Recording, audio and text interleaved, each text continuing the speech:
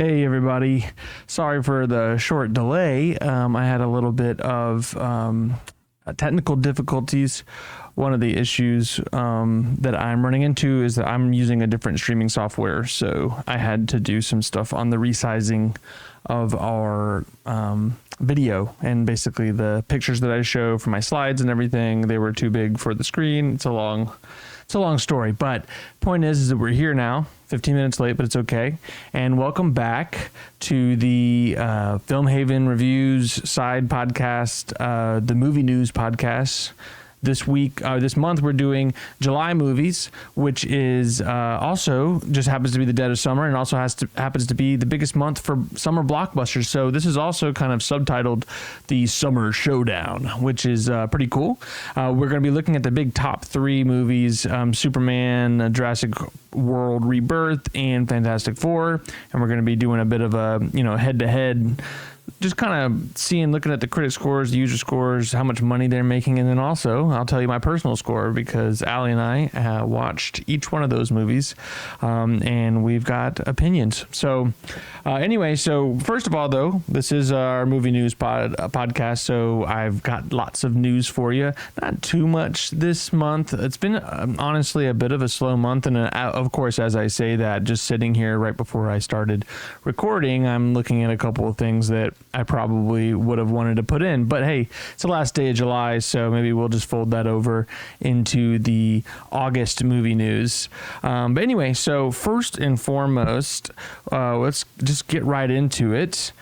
So we got some new stills from the Guillermo del Toro Frankenstein, and I'm very excited for that. But as I show you these stills, I'm going to say I'm about 90% on board. There's a couple of things I'm a little worried about. But first of all, I love the set design here. For those of you that are listening to this podcast, as I'll release this later on my feed, we're looking at some pictures of the set design. Looks like Victor's laboratory, and then maybe Victor's mansion that he lives in. Pretty beautiful, very looks old and mossy, definitely kind of epic gothic, which is that's pretty awesome. It also looks very Guillermo del Toro. This is very him coded. And then it looks like we got in the background there, that top one, Medusa, kind of a statue of Medusa, which is very interesting. And then next one here, Mia Goth, man, she's looking great in this. I love that outfit she's got on that top one there. For those of you listening, it's like a blue dress, and then she's got these kind of inverted feathers that are kind of shaping the sides of her face, still shaving them eyebrows, which is great. I mean, she's got a look and she's sticking to it, which is awesome. I'm very glad that she's in this movie. I'm very excited to see her in that. Some of these others, you see down here, we're going to get back to this bottom one here of Jacob Elordi as Frankenstein. Not super sold on that look, but up here too, we got Guillermo del Toro himself giving Oscar Isaac some pointers. Looks like it's probably Jacob Elordi's Frankenstein. I mean, a prosthetic version, of course, on top there being worked on. Then we got some other shots here, just very gothic, very Victorian almost, and it fits the vibe. Love this bottom shot here where he's kind of holding up an old picture. I'm liking the new photos, the new stills, looking like it's going to be a good movie. And from the trailer, it looks like they're going to be pretty faithful to the book, at least more so than other iterations like the Universal Monster Frankenstein version. So we got to get into this though, because Jacob Elordi, I just don't know about this Frankenstein look. I just don't know what to think about it. It's giving like the kind of corpse-like paint that they've got on his face. It just looks kind of how do you say? It doesn't really look very professional. It just kind of looks like monster paint. I don't know. The monster's supposed to be really grotesque. So much so that in the book, Victor literally loses his mind after seeing it, and instead of holding it, locking it away in his laboratory, he just kind of runs away because he doesn't know what to do with the thing that he has made. He is in such shock and horror of the abomination that he created. That he runs away. So this doesn't really look that terrifying. And the jacket that he's wearing, I mean, I just don't know. I'm not super into it. I'm not gonna lie. Everything else, I'm in. I like the set design, the costume design, all that stuff. It looks like the cinematography is gonna be great. I'm just not super sold on the design of Frankenstein's monster. So that's that. Next up, we've got, let's see, yes, Elden Ring casting stuff. So the Elden Ring movie is happening for sure. And it looks like it's going pretty fast because now they're starting to cast people. Alex Garland is, of course, directing it, which is just wild to me, but we've talked about that already on this podcast. But Kaylee Spaney is reportedly in talks to reunite with Alex Garland, as, of course, she was the main character, one of the main characters in his last movie, Civil War. She's great. I have no problem with her. I liked her in Priscilla. I liked her in Civil War. I liked her. I mean, everything she's done. I liked her in Alien Romulus. She's a good actress. But I don't know. Because of the next person that we have here, we have Sydney Sweeney is now also in talks to play Melania, which for the nerds that played Elden Ring, I mean, you can see Melania's character there on the right. I don't know. It's just kind of weird to see all these stars. Once again, I have nothing wrong with Sydney Sweeney at all. I just I think she's a great actress. Ali and I saw like a Apple Plus kind of original of her where she played a drug addict. I thought she did really well in that, and she was great and immaculate. No problem with her at all. It's just like this kind of star-studded idea of having these stars play these major characters from this video game. And I don't know, maybe the nature of the video game is just... I don't see how that game is going to translate to a movie. Like a movie? Maybe a series of movies, maybe a TV show. I just don't know. I mean, maybe I'm gatekeeping, honestly.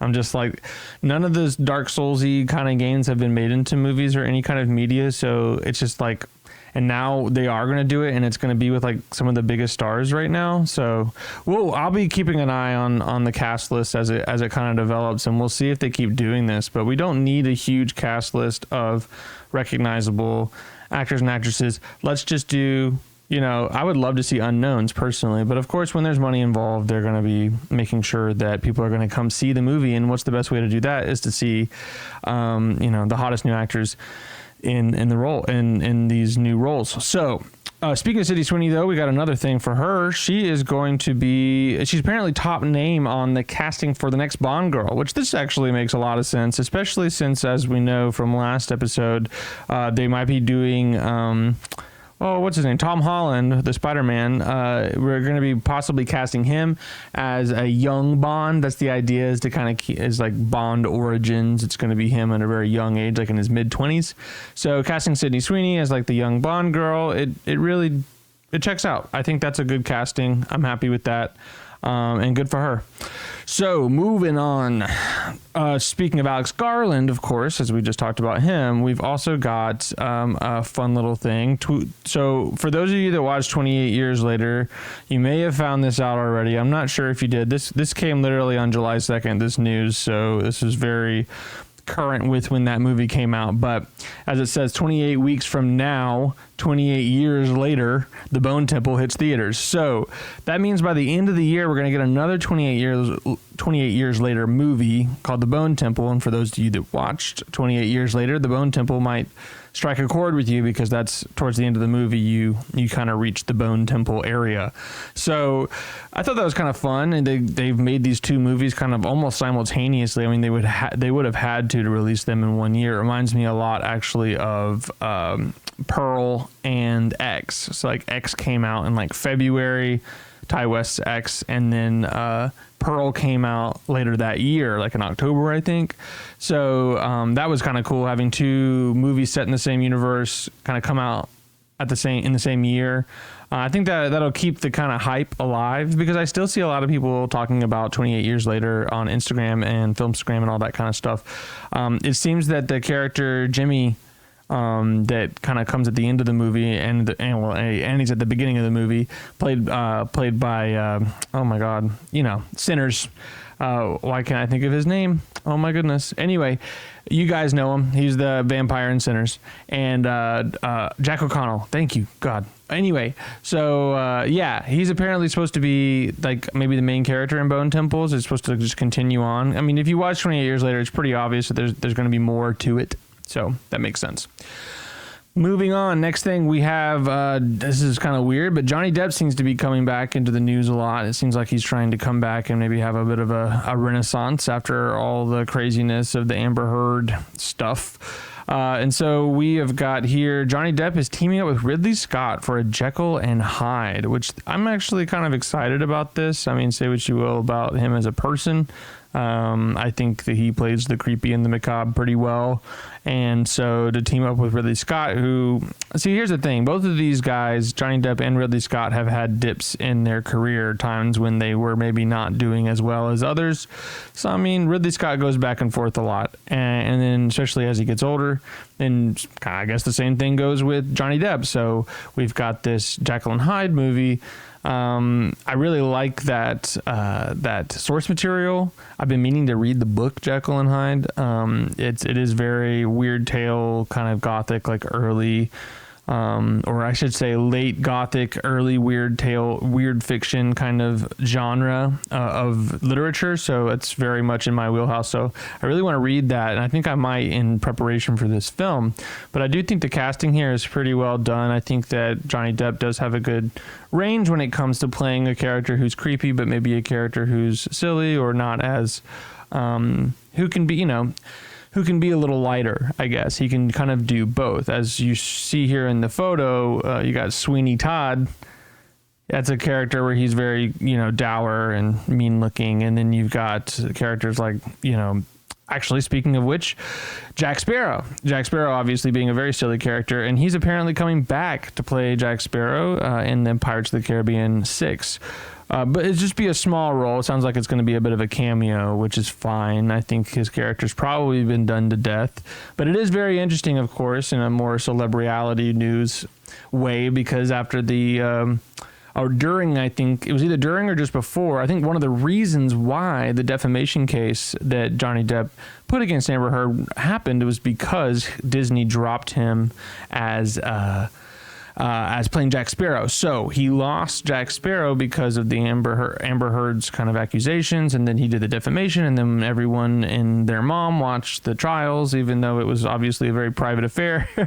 And now he's back, apparently. So Johnny Depp trying to make a bit of a comeback there. Personally, just as an actor, I do like him. As a person, I don't know. It doesn't sound like it's very good.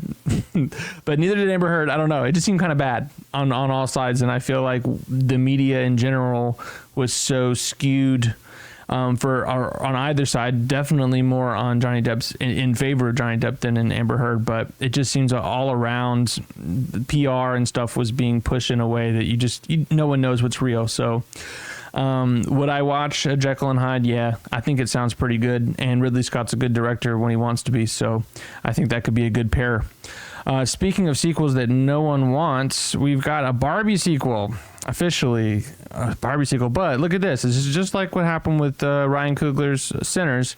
We got a sequel, but both Margot Robbie and Greta Gerwig are not going to be involved. So it's like, why are we doing this? Well, we know why they're doing it. They're doing it because it's a money grab. It's a cash grab. It's just a cold, blatant cash grab. Obviously, Barbie sells.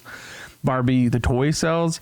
Barbie, the movie, sold. It did very well in the Oscars. It did very well in general. So they're going to just push it. And I think, interestingly enough, like as we were looking at Coogler's Sinners, that movie also did very well, but who distributes both of those movies? Warner Brothers. So it's very interesting to me that you're kind of getting the same move here from Barbie and Coogler from the same distributors. They said, okay, Sinners made us a lot of money. Okay, Barbie made us a lot of money. Let's push that forward. And I mean, I'm just complete speculation here, but I could just see Greta Gerwig and Ryan Coogler both being like, look, there's no sequel here. This movie was not made to be a sequel. There's nothing to do here. I don't want to be a part of that. And the same goes with the main stars, because Michael B. Jordan is not going to be in Sinners 2, and Margot Robbie's not going to be in Barbie 2. So what we're seeing here is two movies that are possibly going to be pretty hot trash, but because of name recognition alone, it's going to rake in some revenue. So I think that's pretty sick, honestly. And it shows that Warner Brothers, which, I mean, go figure, cares more about the bottom line and making money than it does about creating a legacy for itself. Because ultimately, if they would just trust those directors and let them, maybe help distribute their next projects or help fund their next projects, maybe they would do better instead of just saying, okay, this thing worked, let's do it to death. So not super happy about a Barbie sequel. I don't think anyone is. I don't think I've talked to anyone about that and they say, oh, that sounds like a great idea. Yeah, I mean, that was a one and done. Same with Sinners. And things can be that, and that's fine.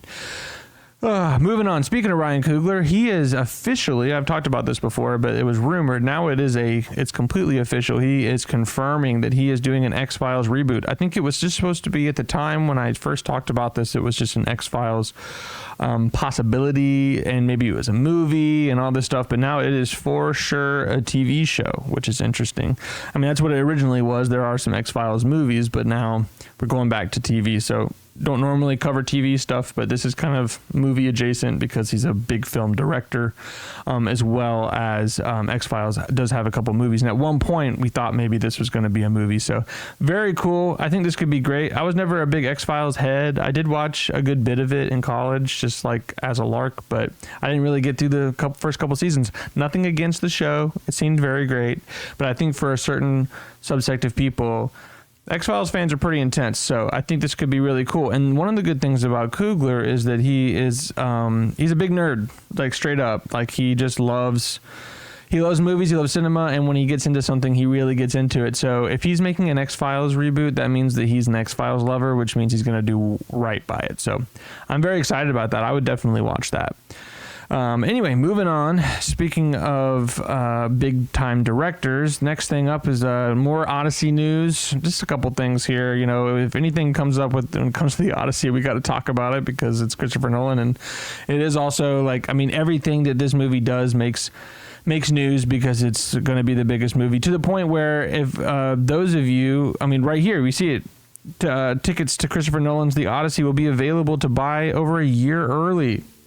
And if you've gone to the movies this July, then you've probably seen the teaser for The Odyssey just before the movie starts, which is crazy because that movie doesn't come out until a year from now, at least.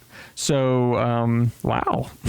But here's the thing. It makes sense because Nolan has now created such a mythos around him, or maybe not a mythos, but just like a mythology, everyone thinks of him as this legendary kind of character because he doesn't really miss, other than maybe Tenet. But even then, it was COVID, so I don't know. I never saw it because of COVID. I just want to see his movies in theaters. So anyway, after Oppenheimer, that movie was super hyped, and then it ended up being really good, doing very well in the Oscars. And so he really just can't do anything wrong. And now he's picked The Odyssey, which is of course a huge thing to try to tackle.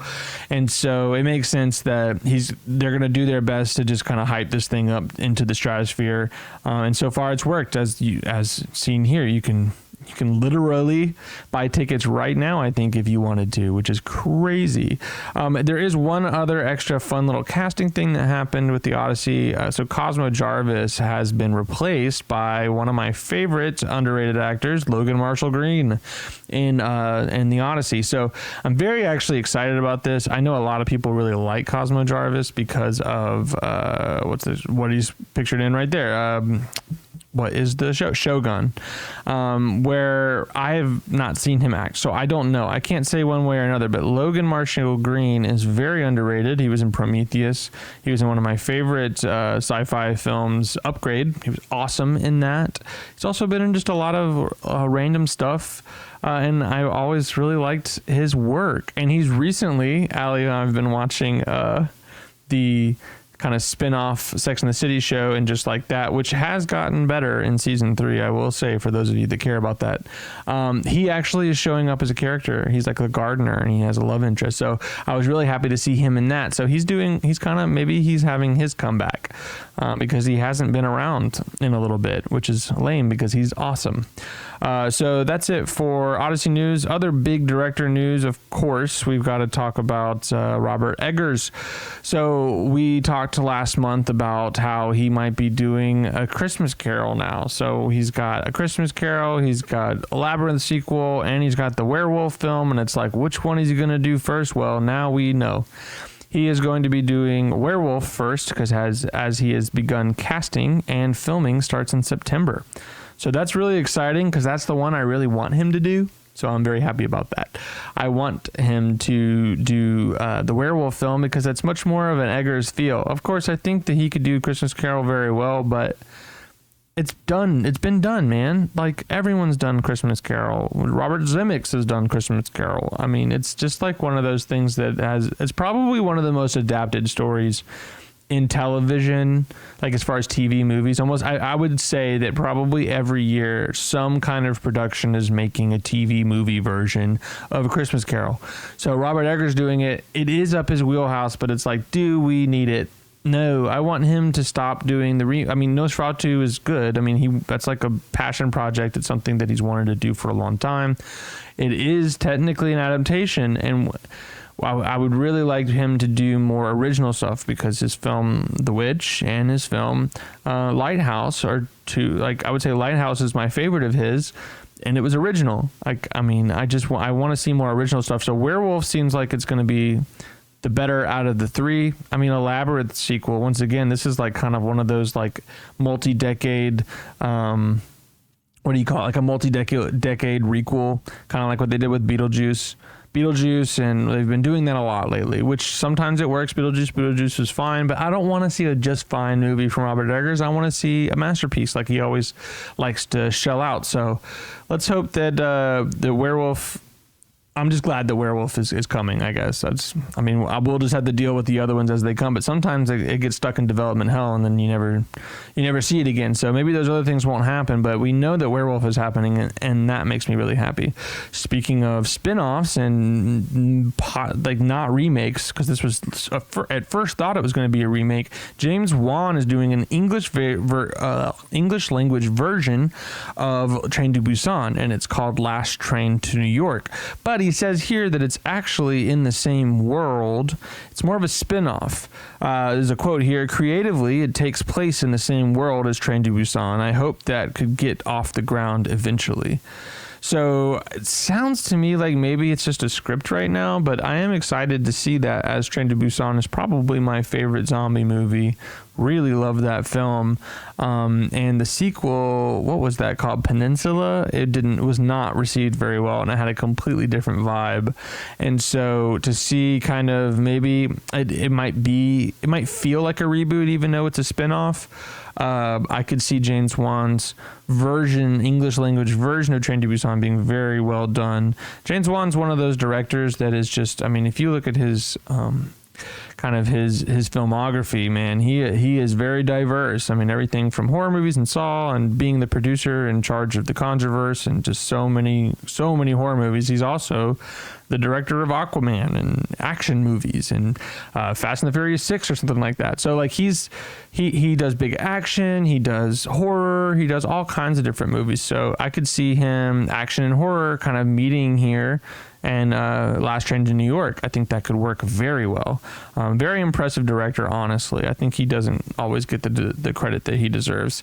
On to my personal nerddom, we have to talk about more Mortal Kombat 2 stuff. Now, most of you that are in the know about the Mortal Kombat movie have probably already seen this, but I just thought it was great. They released this kind of faux trailer that's probably going to be in the movie, where Johnny Cage, the famous fighter in the game, who is also a movie star, played by Carl Urban in this movie, is kind of doing almost, if you ever seen Kung Fury, I think that's what it was called, this kind of pseudo 80s action Mortal Kombat, the martial arts kind of fighting, and it's super over the top and it's kind of spoofy, and it just shows that they're going to have a really good sense of humor in this film, which I really like that. And we also get some first shots of a new set design here.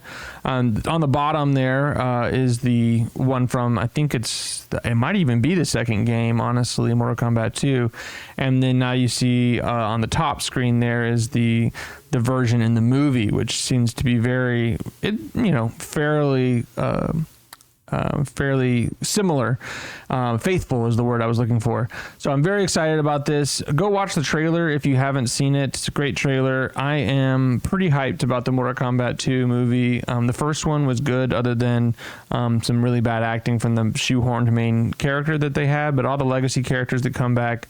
I mean, it's basically just probably the heaviest fan service movie I've ever seen, but in a movie that's based off of a game where you just fight each other, I think that's all you really need. So the fights were great, and you got to see all the moves that you wanted to from the game, and it was all done very well. So, I mean, if they just do more of that, which from the trailer, it seems like they're going back to the actual story of the game where there's like this combat, like this tournament to the death, like that where all the world and other realms best champions fight together. That's what's happening in the movie. So it really is kind of almost like Mortal Kombat 1 in some ways. So they're kind of getting to the actual meat and potatoes of what Mortal Kombat is. So I think Mortal Kombat 2 could definitely be better than the original. And as we saw last month, the guy that directed it said that the early test screenings, people were reacting to it like they like Marvel fans reacted to Endgame. So that's pretty high praise, I would say. Moving on. Speaking of Carl Urban, Judge Dredd. Whoa, I think we're off a little bit here. Yes, here it is. Judge Dredd is being made into a movie. Now, we talked last month about, I think it was last month, or it might have been the month before, about how Judge Dredd is being made into a TV show at Amazon. And Carl Urban is going to be Judge Dredd again, like he was in the remake, which I believe was from 2011, maybe 2012. And so, yeah, interesting here that Taika Waititi is going to be set as the new director for Judge Dredd. So it looks like there's going to be a movie on top of the show, because the other news was straight up that it was an Amazon show made by the people who did The Boys. So Taika Waititi had nothing to do with The Boys, so I guess it's a standalone movie, which means we're getting 2 things of Judge Dredd media coming up. That could be kind of fun, especially since the original, not the original, but the remake that Carl Urban did was so well received and genuinely was a very good movie. That's exciting. I think that could be some fun stuff. Here's my one thing, though, is that Taika Waititi is directing it. So Taika, great director. Nothing wrong with Taika as a director for the most part. I think that he has maybe lost some favor lately because Thor: Love and Thunder wasn't very well received.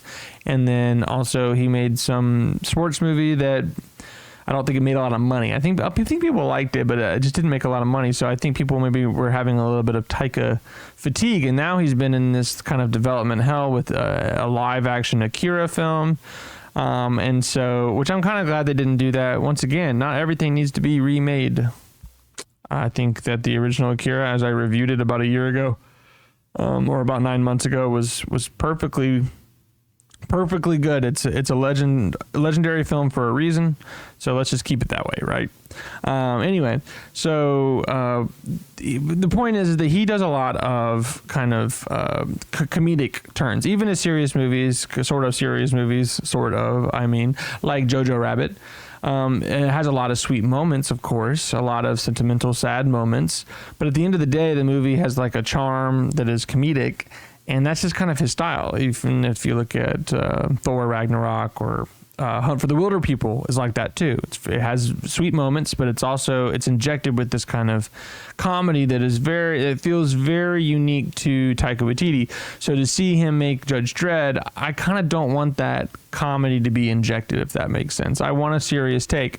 Now, to see Taika go for full serious, that could be really interesting. I just have a little bit of reservations about that, but that's it. So moving on, this next thing, I saw this was really kind of cool. Billy Zane, for those of you that remember Billy Zane from the 90s, he was obviously a very huge actor at that time, and then you just don't see him very often anymore. He is going to be playing Marlon Brando in a film called Waltz with Brando, so it's like a biopic. Very interesting. He posted this along with the official page of Waltz with Brando, and some of the shots, I'll just show 2 here, this one here, and then this one. This is not a shot from The Godfather. This is a shot from the movie, and when you really look, you can see it, especially in his eyes. But man, I gotta say, Billy Zane is really transforming into Marlon Brando here. This is a shot for those of you that are just listening. This is, we're looking at a shot from what looks like the movie The Godfather, where he's playing Don Corleone. And it is actually Billy Zane in makeup looking like Don Corleone, and it looks just like Marlon Brando's portrayal. So I'm very excited. There's some other shots too. I didn't want to just bore everybody with a bunch of shots, but it does look, he looks a lot like him. So I could see this working out.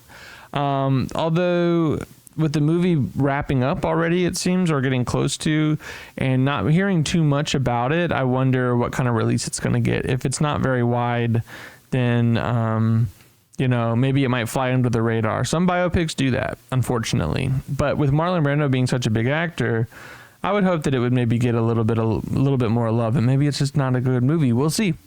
Never know. I'll be keeping an eye on that though, because I think that's really interesting, and I haven't heard a lot of people talking about it. So, but Billy Zane is obviously very excited, so good for him. Next thing here we're getting close to the end here before we go to this summer showdown. Next thing is Cliff Booth. Brad Pitt as Cliff Booth is he's coming back. They're starting to film, like we talked about last month. They are starting to film. So David Fincher, this is his next project, obviously, and same with Brad Pitt. And so, yeah, we're seeing Cliff Booth looking a little different than he did in 1969 during Once Upon a Time in Hollywood. So it's obviously during the 70s now. I want to just point out, these are set photos. This is obviously, some of these are taken, especially like the bottom right one there, taken from like really far away. And so you don't have the gloss of the film. But what has happened is that the internet, after seeing these photos, have kind of blown up a little bit. They think that that he doesn't look good, and they think that he's using because he's using a wig, he's not committing to the role. So some people are they are kind of making fun of him, as we see here, comparing him to William Macy or David Spade or this guy here, which is obviously a spoof. So you're kind of getting a Joe Dirt vibe a little bit. And the wig, so you look at this picture, you can kind of tell it is a wig, especially when you look at the next shot of him leaving and he has got a shaved head. So he is not really growing his hair out, which for me, I'm like, big whoop. People wear wigs all the time for movies. It's not a big deal. Not to me, at least. But some people are not super thrilled about it. They think he's not committing enough because he got so much love from the Academy for this role as Cliff Booth, and then now he's not going to take it seriously. But I'm like, hey, man, we haven't seen the final product. I just want to point out that a lot of times... That's funny, Elliot. Elliot agrees that he does kind of look like Joe Dirt, which if you look at these photos side by side, it does make sense. But my thing is yeah, I will admit it looks a little funky from the set photos, and I thought that when I first saw them. But I also trust David Fincher, and I trust like movie magic in a way. You know, we haven't seen it with all the filters and everything, so you don't know what it's actually going to be like. So I think it's really easy. Like this photo here that we're showing out right now, it looks like it was taken from like 50 yards away across the street, you know, zoomed up on an iPhone. So it's not going to be the most flattering thing, but he is trying to look 70s. And to me, he looks pretty 70s. And to be honest, 70s, which this might be a bit of a controversial take, but I think the 70s had some pretty bad looking fashion sometimes. Maybe not fashion, but just styles. The stash, the long hair, it's just sometimes it just didn't work. It doesn't always work. Sometimes it does. It just depends. Getting on towards the end, one last thing here. This one, I had to kind of throw this one in because I went to go see the movie Together last night, which we talked about that last month a lot because of the lawsuit. The movie was great, by the way. I'd probably give it a 7.5 or maybe even an 8. Because it's kind of got that fun, it's like body horror, and it's got some good gross out moments, but it's also very, it's not super substantive, but it's enough where you can really break down kind of what the film means and how it's a metaphor for codependency and all kinds of things. So it was definitely a little bit more cerebral than your average body horror film. But anyway, point is that in the build up to that movie in the theaters, they showed a trailer for Osgood Perkins' new movie Keeper. which it's like Osgood Perkins, man, he is busy. He just made The Monkey. It felt like it came out just after Longlegs came out. And then now we got Keeper. So the trailer for that movie was crazy. I mean, everyone around me, shout out to Allie and Garrett and Brittany and Macy and Emily that all went with us. And it was crazy to see these. What's interesting about the trailer is that there is two perspectives. So you at the beginning, you think it's this like wife who is very sketched out by her husband, and it's really creepy and kind of culty and all this stuff. And then the second half of the trailer is from the husband's perspective, and he's like, who did I marry, basically? And so you've got this kind of yin yang kind of vibe, and I wonder if that's how the movie's going to play out, if there's going to be a part one and part two from the two different perspectives, or maybe that's just for the trailer, and throughout the movie you just don't know who to trust. Not sure, but when you actually watch it, it looks very very culty, very scary, and a little bit more straightforward for Osgood Perkins versus Longlegs was kind of straightforward, but I guess The Monkey was a comedy. So I think that'll be interesting to see how Osgood takes this. But he does culty very well at the very least, or satanic kind of vibes. And a lot of times satanic and culty kind of go hand in hand. So that's it for the top news, movie news kind of stuff. And of course, this next section is a little bit movie news because we're breaking down very topical things, which is the 3 biggest movies of July. We've been knowing these were going to come out in July. We knew it was going to be a big deal, and now they're finally here, and we need to break them down, and we need to see who's doing the best, who are the big winners for this month. Now, right out the gate, we got to put a caveat that they came out at different times within the month. For example, Fantastic Four, which we'll talk about last, came out just last weekend. So, we're going to have to take some of that with a grain of salt. But I think we're looking at the projections of other things. We might be able to we might be able to kind of figure everything out with respect to time and stuff like that. So first off, let's look at, so we're just going to break each movie down. We're going to look at their critical stuff, their user stuff, like what audiences think, and we're also going to look at the box office. So first things first, we got to look at, here's Summer Showdown. Woo. Let's see. My prediction is Elliot says, my prediction is you don't have Jurassic World as winner. You might actually be surprised. Now, when we say winner, we have to qualify what the winner is, right? So we're going to kind of put a consensus at the end afterwards, but that's an interesting prediction. I think most people would agree with you, but let's look. So Jurassic World here, we see it's got a 50 Metascore, and this is based off of 54 critics. And so that's very middling, very middle of the road. Didn't surprise me whatsoever for what I was expecting for the movie. And then a 6.2 user score. So that's 6.2 out of 10. And that is with 73,000, almost 74K user rating. So that's 74,000 people that have weighed in, and the consensus is a 6.2. What's interesting about that is that my personal score is actually higher. So Allie and I saw that, and it was I gave it a 7 out of 10. And the reason why is because the movie gives you exactly what the movie's trying to give you. I mean, it's a thrill ride. It is supposed to be a roller coaster of a film, and that's what it was. Now, I haven't seen I've seen Jurassic World, but I didn't see the other two Chris Pratt sequels, and from what it looked like, they were getting kind of crazy. Now, I don't know if they're good or not, but I know that the Metascore is like in the 20s or at least low 30s on the IMDb for the last Jurassic World movie. So even a 50 Metascore seems like it's better by at least 12 or 15 points, which is good. But 7 out of 10 because the movie wasn't great. I mean, there were parts that are obviously unrealistic, but it's a Jurassic World movie. Come on.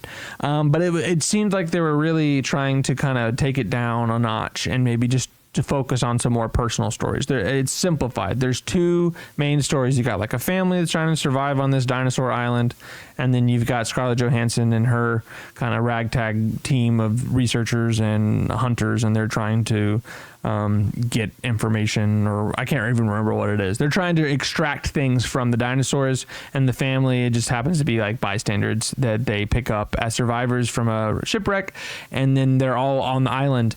And so, I liked that it was simple. It was just 2 storylines. You followed them throughout. They kind of weave in and out.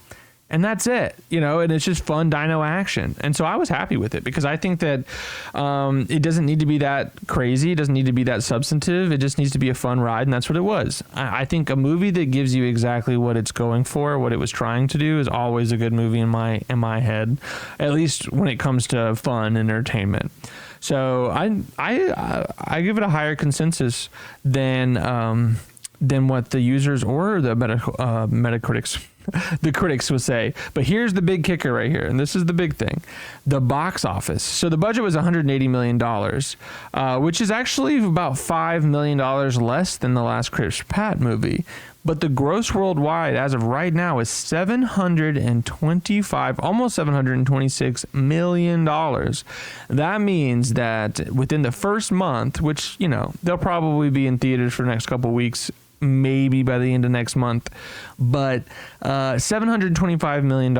Definitely when you factor in the later streaming stuff that they're going to be doing, this is a big get. I mean, they could easily probably hit high, almost 1 billion, and for a movie that critically didn't do so well, people definitely went to go see it. And I mean, this is coming off of name recognition. This is coming off of Scarlett Johansson, of course.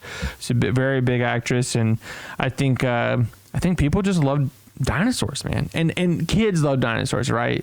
So this is a big movie for families to bring. And as we're going to talk about later, I think one of the things that are affecting the kind of revenue of these films, especially the next two, is the fact that they're having to choose between some families. I think a lot of families are probably choosing between 1 or 3 to go see these films. Like, we're going to see Jurassic World, or are we going to go see Fantastic Four? Are we going to go see Superman? Which ones are we going to do? And it's like $1 billion to take your kids to the theaters now. So if you're going to do it, you're probably going to do it once, and that's it. And so I think the fact that, which I'm kind of putting the cart before the horse here, though, but I think the fact that Jurassic Park came out first on July 2nd, that was when it was released, I think that is one of the reasons why it made more money as well, because it was outperforming by a good bit against Superman in its opening weekend. So very interesting. So we'll leave that for now. We'll talk about that later when we kind of mix everything together. But let's move on to the next thing. So of course we're going to do an order of release here. Superman, that was released on the 11th, I think. Yeah, July 11th. We got a 68 Metascore, and that is with 58 critics. So we got a little bit more critics here. And then also on the user score, so that's 68 out of 100. And then on the user score, we have 7.6 out of 10 and look at this, with 180,000 ratings. So that's 180,000 people, markedly more than Jurassic Park, weighing in. So we have 4 more critics weighing in on, and this is of course just on IMDb. I'm going to caveat, because we're probably going to bring this up later. I'm going to caveat that I don't like to use Rotten Tomatoes. I think Rotten Tomatoes they're not reliable. If you've been watching any kind of Filmstagram stuff lately, then within the last year or two, every ad for every movie is like, it's certified fresh or 100% on Rotten Tomatoes. No one could believe it, and it's before the movie even releases. So it's like all these critics that are getting pre-screening are saying the movie is 100%. And I'm like, look, a 10 out of 10 is super hard to come by, especially for critics. So to get 100% on a consensus of like 30 or 40 critics, I'm like, get out of here. That's impossible. So obviously there's something funky going on. But as we'll get here, when we're kind of doing this head to head, we might have to actually turn to that to do maybe a tiebreaker as we get into these next 2 movies. So I just wanted to caveat that I always use IMDb, because I think that comparing the Metascore, like the critics score, to the user ratings is just a much better. It's a lot more crowdsourced. Now, I will say the caveat to that is that only people with IMDb accounts are the ones that are making the ratings, so they might be a little bit more skewed to film lovers than just like your average Joe going to the movie. So there's that. But still, I guess you could say the same thing for Rotten Tomatoes. I'm not sure how that works. But anyway, so we've got a lot more people rating Superman than we do with Jurassic Park. With Jurassic Park, there were 73K ratings And with this film, there are 100,000 more, over 100,000 more people coming onto IMDb to rate the film. Now the rate, and that makes that 7.6 out of 10 even more impressive, right? Because you're gonna need a lot more to get up to that level, especially if it's a little divisive, which as anyone who's been paying attention to this film knows, because there is a slightly, I use the word slightly, maybe hyperbole.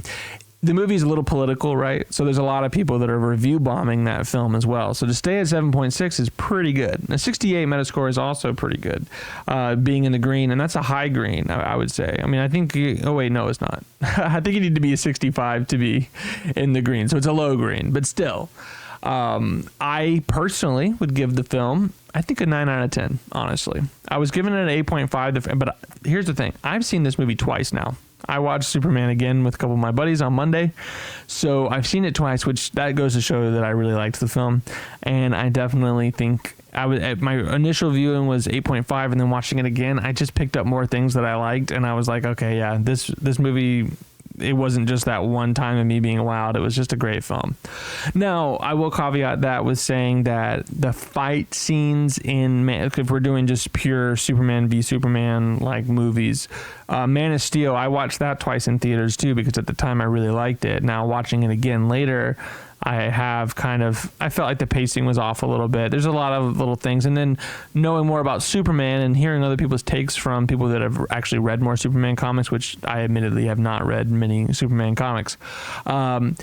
Superman does not kill. He's more focused on saving people. He's very good. He's very good natured. That's a big part of his character, him and Clark Kent.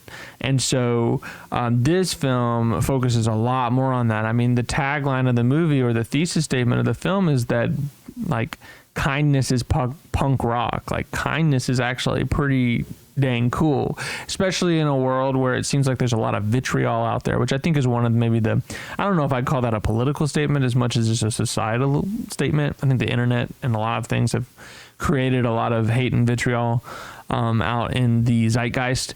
And so I could understand why you could say kindness is punk rock, because to go out of your way to be kind kind of seems like the counterculture of sorts, because being punk rock is about being a rule breaker. It's about doing things counter to what the mainstream is doing.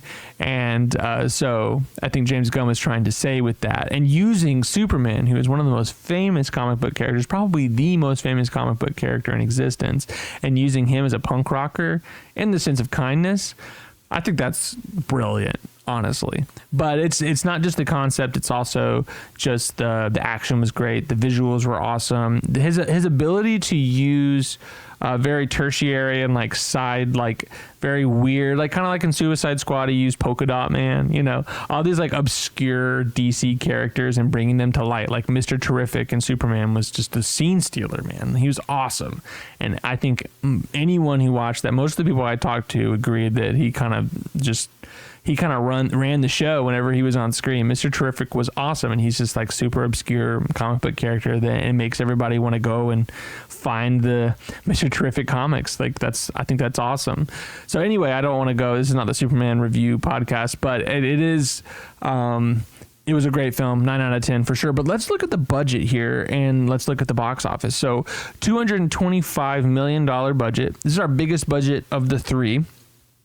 And so far, the gross worldwide is 510, so 510, almost $511 million, which of course we're about a week late from Jurassic World. So Jurassic World had about a week lead on them, but I still don't think that's enough to make up the difference of basically what is that $35 million.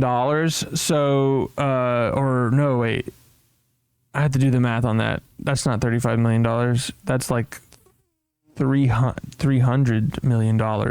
Something like that. It needs to make up $265 million. Don't make me do math, please. Anyway, it is down by a lot. And I think it did jump up a good bit. It jumped up about 100 million or so from last week. But at the same time, it's as the movie stays in the box office as the weeks go on, there's a diminishing returns, right? Like there's not going to be another big burst. I think I looked at after the first weekend, I think it's gained about 200 million or so each weekend, but this last weekend it only gained 100 million. And so let's look at the next weekend. It might, by the end of its tenure in the theaters, it might get to about 700 million, which is still great. If it did, that would be awesome. I think it's still a success. I mean, they say you need to double the budget in general in order to make, because you're paying for advertisements and all this different stuff, marketing, whatnot, to break even. And so right now they still haven't broken even. They'll need to be 500 they have broken even. So they've broken even with a little bit of profit. So, but the good thing is that critically it's loved. So I think it's a good sign. But so far the box office, you get the sense that DC or Warner Brothers wanted a little bit more possibly out of this big gamble, because this is supposed to be the hard launch into the new DCU, the James Gunn DCU. So they definitely wanted to make more money. But at the very least, critically and by most users and audiences' consensus, the film was well received, including by me. I think that it was a great start to what is probably going to be a fantastic run that we've got coming up. As long because I trust in James Gunn. I like all of his movies. Some people, I think he's become more divisive over time. People are getting tired of his kind of humor and stuff like that, and I understand that. But I think what he's done with Suicide Squad, the new one, the 2016 one, or the 2019 one, not the 2016 one, or was it 2021? I hope, man, the most recent Suicide Squad, and then Peacemaker Show and the Guardians of the Galaxy movies. I mean, he's done really well for comic book movies, and I think he's the right person for the job. So let's get into the last one. We have Fantastic Four, which Ali and I saw this, and this one's really funny to talk about because I watched this with Ali, and she didn't like it very much. We can get into that later, but I can see why. I kind of agree with her for the most part on this. I think for me, let's hold off on my thoughts real fast as we go into this. So, Metascore is 65, and most of this is 54 critics. So back the same amount of critics that we saw at Jurassic World. 54 critics. Consensus is 65. So we're about 3 points under Superman. Now, once again, we have to kind of take into consideration that this film came out this past weekend. So this is like basically opening weekend going into second weekend. So that is a big caveat there especially when we look into the budget. And also, I would say when you're looking into the user score, especially, I think with the critic score, it's pretty static, but the user score, it could change over time, because right now we're at 74K, which is about the same amount that we had for Jurassic World as far as how many people are tuning into IMDb to make a rating. And on that, we've got 0.2 less than we see on Superman. Superman was 7.6, and this is 7.4 for Fantastic Four. So that's really interesting that we've got 100,000 less people weighing in, and the consensus is just a little bit less as good as Superman. However, for my personal take, I would give this film about a 6.5, honestly. Maybe teetering on a 7, but honestly, 6.5. Because the first half had me. I liked the retrofuturism, kind of looking like the 60s. It's basically like the Fallout games, but if it was 1960, which is really cool. And then I liked the style. I liked that they were focusing really heavily, at least at the beginning, on all the characters and their relationships. And it seemed like the movie was trying to build a heart and all this kind of stuff. And then there were some really cool scenes in the middle with some nice like space chase scenes, and the Silver Surfer was the best part of the movie, in my opinion, especially surfing through like a wormhole. That's just cool visuals, some really cool Marvel visuals. And some of the soundtracks with that was really good too. I really like the score and a lot of the scenes. But then after about the second half, it just kind of falls apart to me. Me personally, one of my biggest issues was they just didn't use their powers enough. I mean, the final fight scene with Galactus just seemed a little bit like formulaic, and then also like, I don't know, ineffectual. I mean, they basically used so the thing is that Galactus is this world devourer, and he basically says to Sue Storm, the Invisible Woman, he says, give me your baby and I'll save the world. And she says, oh, no, you don't. And, you know, it is interesting because, I mean, you wouldn't even pause for a second. And she was so upset that Reed Richards would even think, you know, obviously it's your kid. I get it. I do. But it's the whole entire world. It just seemed a little ridiculous. And then later, like, it just became like all about the baby and all about family. And a lot of that sentimentality just didn't really feel earned to me. And I think that on top of not really using their powers much, and when they did use them, it wasn't very effectual. Like, there's this big, like, cinematic scene, like they're trying to build this up, where the Human Torch is taking the Thing and using him as like a cannonball flying from the sky, and it's like a funny scene because they're like, say the words, and you know the Thing's line, you know, it's clobbering time. Like, he finally said it, and then they finally land into Galactus to hit him in the face. And it like barely dings him and it moves his head, which is kind of funny, but that's how that whole fight went. It wasn't until Franklin the baby was in trouble and then Sue Storm got mom strength and started using Invisible Woman powers to be like, so suddenly she has so much power that she could push Galactus by herself back into a teleporter. And it was just like, okay. Like, I don't know. It just didn't make a lot of sense to me with the powers. I just wanted them to use their powers more, honestly. Like, be superheroes, you know? Which a lot of people liked about that movie. The people that have said good things, they think that it's a back to basics kind of film, which I do agree. It is a lot more grounded as far as, like, self-contained story, maybe I should say. Like, there's no, like, big... there's no characters from other movies coming in. It's very self-contained. So that is good, especially when they're trying to, just like with Superman, with the DCU, the MCU is trying to kind of soft launch a new phase with this film. I think that they could have definitely done worse. I think I commend them for trying to do something different. But at the end of the day, it just didn't really work for me, especially that second half. The first half, I thought they were onto something there. I thought, man, we could really get somewhere, but then it just kind of fell apart to me. And I don't feel like I'm the only one that felt that way, because I've also read some other stuff that people were just like, yeah, it's fine. It's meh. I saw a lot of 6 out of 10s on the user scores, like user reviews. A lot of 7s, a lot of 6s. Like people just being like, it's fine. It's cool.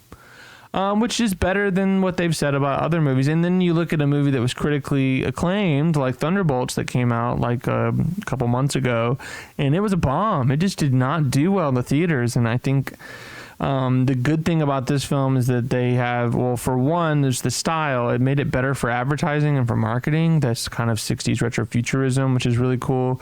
But then also I feel like having Pedro Pascal and Vanessa Kirby and whatever that guy is who plays the Flaming Torch, who's in a bunch of stuff now. He was Eddie in Stranger Things. They just have a lot of name recognition. Of course, the guy who plays the Thing, Ben Grimm, he was in The Bear. So a lot of really like kind of cultural important people right now as far as celebrity goes are being the main characters here. So I thought that worked for them. That's probably one of the reasons why I did well. But let's look at the budget here, because that is important. $200 million, so $25 million less than Superman. But this is, once again, this is just first weekend, opening weekend, and this is as of, I think, yesterday, so it may have changed by now, but we have $241 million. So this is honestly about on track for where Superman was. We'll have to look and see what the next weekend looks like. This is also the last of the 3 films, so it came out after all these other ones did, so I think that there may be some merit in saying that it might not have as much steam on each successive weekend as some of the others, like Superman and Jurassic Park did, because, July's over. People are kind of, the big blockbuster month is done. I almost wish that they would have, I can see why they didn't. They're trying to stagger it so they didn't have to compete on actual opening nights. And there's probably some legal reasons for that as well. Sharing theaters and whatnot, trying to get those biggest screens in the theater for some of these movies. But at the same time, it's like, man, how did they lose on the showings as far as like release dates, right? Like, how did that work?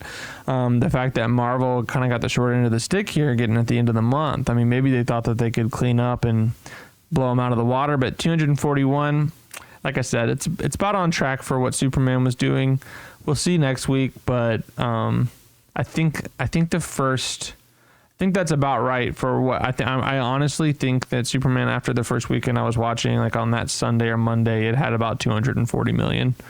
So that means that you could see upwards of 510 million by next or the weekend after that.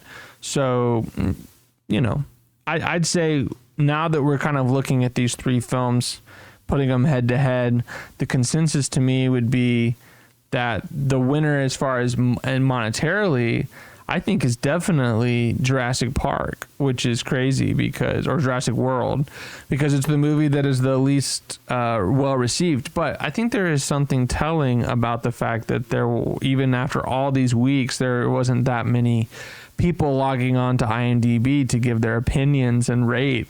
And I think the point that we're seeing there, especially considering how much more money that film has made, even when considering the fact that it came out first. I mean, I think it would take a lot for those films to catch up to how much money. I mean, around 750 million it's a lot of money. I mean, there's only a few movies that have hit that billion mark in the last 5 years, and a lot of those are like Spider-Man No Way Home or Top Gun Maverick, some of these really big movies that came out in the last 5 years. So I think that Jurassic World, this movie that, I mean, honestly, a lot of people haven't even been talking about, the fact that, at least in my realms, the fact that it's made so much money, I think that it just goes to show that they're not in the film world. The film world is one thing, and then the just general populace is another. So I do think that there's a lot of people out there that have watched Jurassic World that just don't go on IMDb. They just take their kids to go see the dinosaur movie. And I think that's what happened there. So yeah, I think money-wise, Jurassic World is the winner. And what are we looking at these for? What's the biggest blockbuster of the year? If we're looking at the Summer Showdown in that way, we got to say Jurassic World wins. But then if we're looking at something else, if we're looking at maybe just general consensus, taking everything together, especially just critics, audience, and then maybe my personal score, but definitely the critics and audiences here, Superman and Fantastic Four, as far as when we're looking at IMDb, they kind of equal out to a virtual tie. I think that Fantastic Four has if you take in consideration that it still has another week or two to catch up to Superman, how long it's been out, we're looking at some very similar scores here. They're about a few points off either way on both critics and Metascore. So let's look. To me, the tiebreaker was going to have to be Rotten Tomatoes. So I decided to take a look at their Rotten Tomatoes. So for Superman and Rotten Tomatoes, for the critic score, we have 83% with 466 critic reviews. But that is a lot of critic reviews, which is kind of crazy. And their consensus was 83%, which is really high. I mean, that's much higher than what we're seeing on IMDb. And I haven't looked at all those critics, but I'm wondering what kind of critics are we looking at here. And then the audience score is 91% with 25K plus rating. So it doesn't tell you exactly how, but it's just more than 25K. 91%. So that's pretty dang good. That is, if you're looking at the Rotten Tomato scores, I think it's a little inflated, but it's even, it's closer to what I said, right? I gave it a 9 out of 10. Audience is saying, at least on Rotten Tomatoes, 91%. It's pretty good. Fantastic Four, on the other hand, we have 86% with 350 critic reviews with 351 reviewers. So that is less reviewers than with Superman, but a 0.3% advantage. And then on the audience score, we have a 92%. So once again, it's actually Fantastic Four is doing better on Rotten Tomatoes by just a few percentage points than Superman. And that's with the audience 10K ratings. So a lot less people, regular people logging on to make their opinions known there on both for Superman and Fantastic Four. But what's interesting is that the slight advantage is reversed, and Fantastic Four takes the lead slightly on the Rotten Tomatoes. So what we're getting there, what I'm getting to is that, honestly, this is a possible tie. I'd say with maybe an edge to Superman, just because, well, one, I liked it better, and two, I think that I trust IMDb a little bit more than I do Rotten Tomatoes, especially since it's a virtual tie anyway. I don't think it matters too much. I think the real consensus is that they're both winners because they're both being critically hailed, and I think a lot of people, regardless of me and Allie's thoughts about Fantastic Four and the direction that it went in, a lot of people are really enjoying it. So you know what? Good for them. And so I think that I really want the DCU and the MCU to flourish. I'm tired of the corporate kind of weigh-ins where they're like, you're not doing well enough, so let's reboot. Like, I just want someone, that's why I like the James Gunn kind of trust that that Warner Brothers has put in him. Is just like, we need someone with a singular vision who's going to take us there, and we got to trust him. And I like that, trusting in that kind of unique vision. Like, let's do that.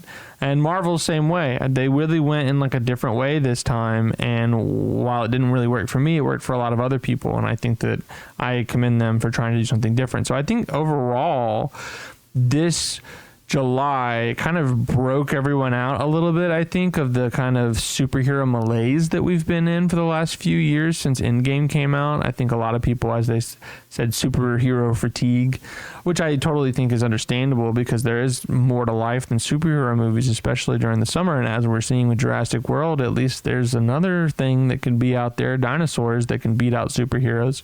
And in terms of money, I also do think that Superman and Fantastic Four were fighting with each other. So a lot of people may have seen one and not the other. Not as many people seeing both. You're kind of like, am I team F4 or am I team Superman? So I think there may have been a little bit of that too when it comes to the money. But overall, I mean, still none of them are in the negative. None of them are bombs or flops. I think that's a good sign. But the sleepy winner, I think the ultimate sleepy winner here is Jurassic World Rebirth. So who would have thunk it?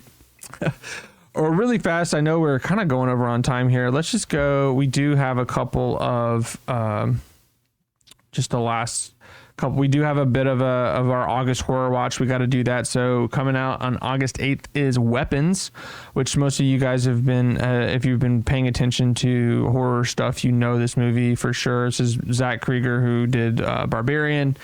This is his second film, and it's looking really good. I'm very excited to see him do something that's a little bit more straightforward. Barbarian was great, but it also was like a little bit of a horror comedy. It was definitely a different film. It was him playing with the conventions and trying to do something different, and so, which I thought was great. But I'm very curious to see what he can do with just like a more straightforward horror film. And from the trailers that we're seeing here, it looks pretty good. So I'm excited to see what it's going to be like, and we're going to get a big group of us to go watch it. So we'll definitely be talking about that next episode. The next film to be watching on that, so that comes out August 8th, by the way, Weapons does. Next film, we got to kind of push through here. Hell House LLC Lineage. So this is like the fourth or fifth movie in the Hell House series, which has actually become kind of a cult series. People really do like these movies. Allie and I watched the first one a few months ago, and it wasn't bad at all, especially for a found footage film. So this movie is going to be exclusively in theaters on like a limited release in August 20th. So look out for that. But I think it's going to be on streaming by October. I don't know. It looks a little low budget, to be honest, but I think they all are. So that might be the point. It is kind of like a weird kind of cult low budget horror fandom there. But yeah, so last one here that we're going to be talking about is Toxic Avenger. That's right. One of the first things we talked about on the Movie News podcast was that the Toxic Avenger was coming, the remake with Peter Dinklage. And I saw the trailer, which is like, it's coming out at the end of next month, and I have not heard one thing about it. No one is talking about it. There is a trailer that's out, but I haven't seen it on Filmstagram. I haven't heard anyone pushing this out. The fact that this movie was seemed like in development hell. It was supposed to have been finished in 2023, but it's been sitting around. Who knows what's going on with that behind the scenes? But seems like maybe that's why there's not a lot of marketing to it, because it's like, oh, we already spent all this money. It's kind of not supposed to be very good, maybe, and that's why they're not pushing it. But it could be politics too, like film politics, like behind the scenes industry kind of stuff. Because I watched the trailer and I thought it looked like really fun and campy. So I really think that it could be good. So I'm looking out for it. I will probably see it in theaters, honestly. So that comes out on August 28th. So Go see that. If you are into really campy body horror, kind of gross out kind of movies, like funny horror comedy, but also a little bit on the gross outside. So anyway, that's it for this week, or this month, I should say. I hope you guys enjoyed this stream. And for those of you that are going to be listening to it afterwards, you know that this is the release for this Friday. So next week we will be back to our regularly scheduled themed reviewed program. And so I hope you guys have a great week this week, and I will see you next Friday.